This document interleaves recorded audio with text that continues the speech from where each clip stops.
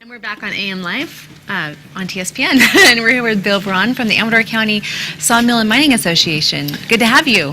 Good to be here, Heather. Hi, Richard. How are you doing today? Good day.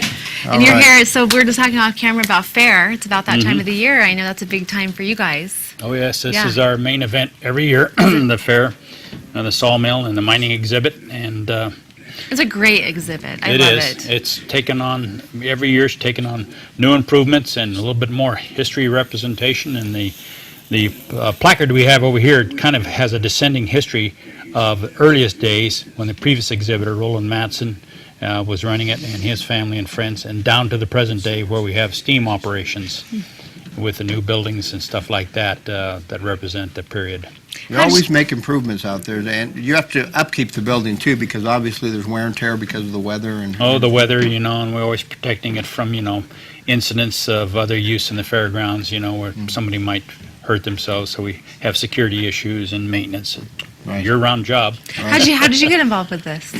Well, I just bought an old piece of equipment back in the early 90s and exhibited it at the fair, for the early gas engine club, and saw the sawmill. I took an interest in it, and then I was hooked. Yeah. And other guys came in and helped me, and we just kept growing each year after that.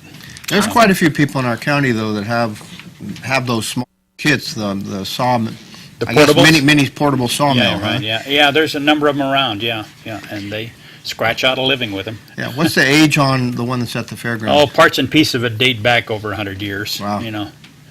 The steam engine there dates from 1904. Wow. The boiler dates from 1945. I would say it's kind of it's not really interactive with the public, but it's a working piece that people can watch, and you actually do the sawing at the fair, correct? Right, we do. We actually cut lumber, usable lumber, and we like to call it as a, living history. It's people can get the sight, the sound, the smell, the impression, the persona of the whole operation as it was 100 plus years ago.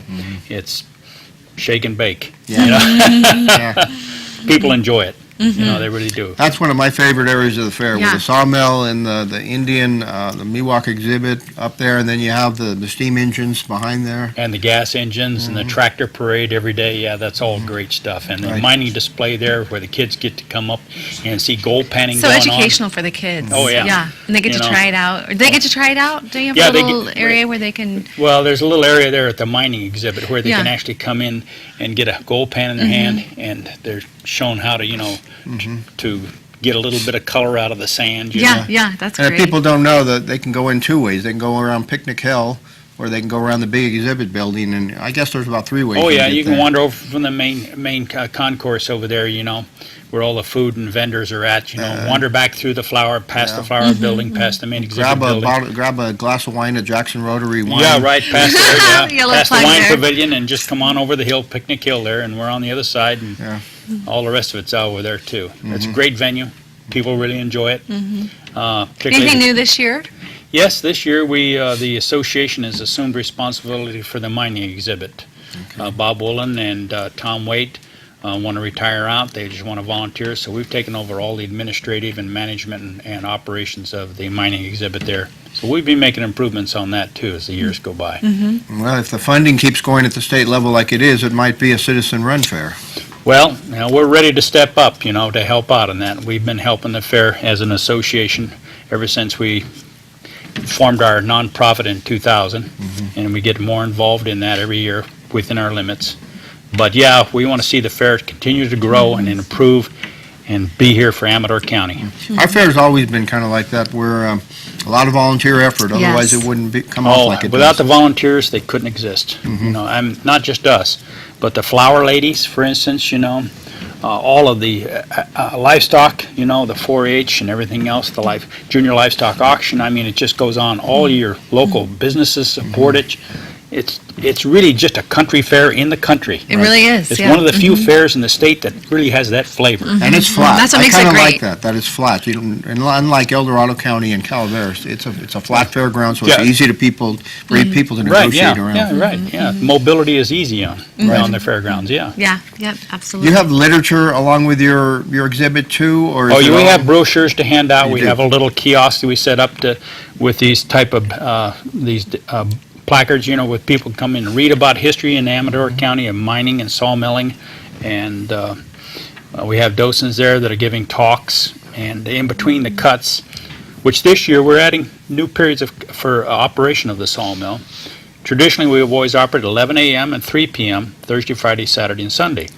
This year, we're adding an 8 p.m. cut at Friday evening and Saturday evening. Wow. Because we found out that a lot of the people have been coming to the fair for many years, but they only come in the evenings when it's cool. Yeah. So last year we operated on Saturday night. We had people come up and say, "Oh, I've never seen this sawmill operate. Wow. When we get here, it's always shut down." Oh, wow. So this year we're going to operate 2 evenings That's at 8 great. p.m. Friday and Saturday evenings. And That's a great idea. the lumber industry used to be a vibrant industry in Amador Oh. County. Hopefully, we can get it Yes. back here someday, but Yeah. there are other communities that it still is thriving. The big kahunas in this county where it got its start was mining. The lumber industry supported it, right? And by extension, they needed agriculture. So those are the three marquees of Amador County.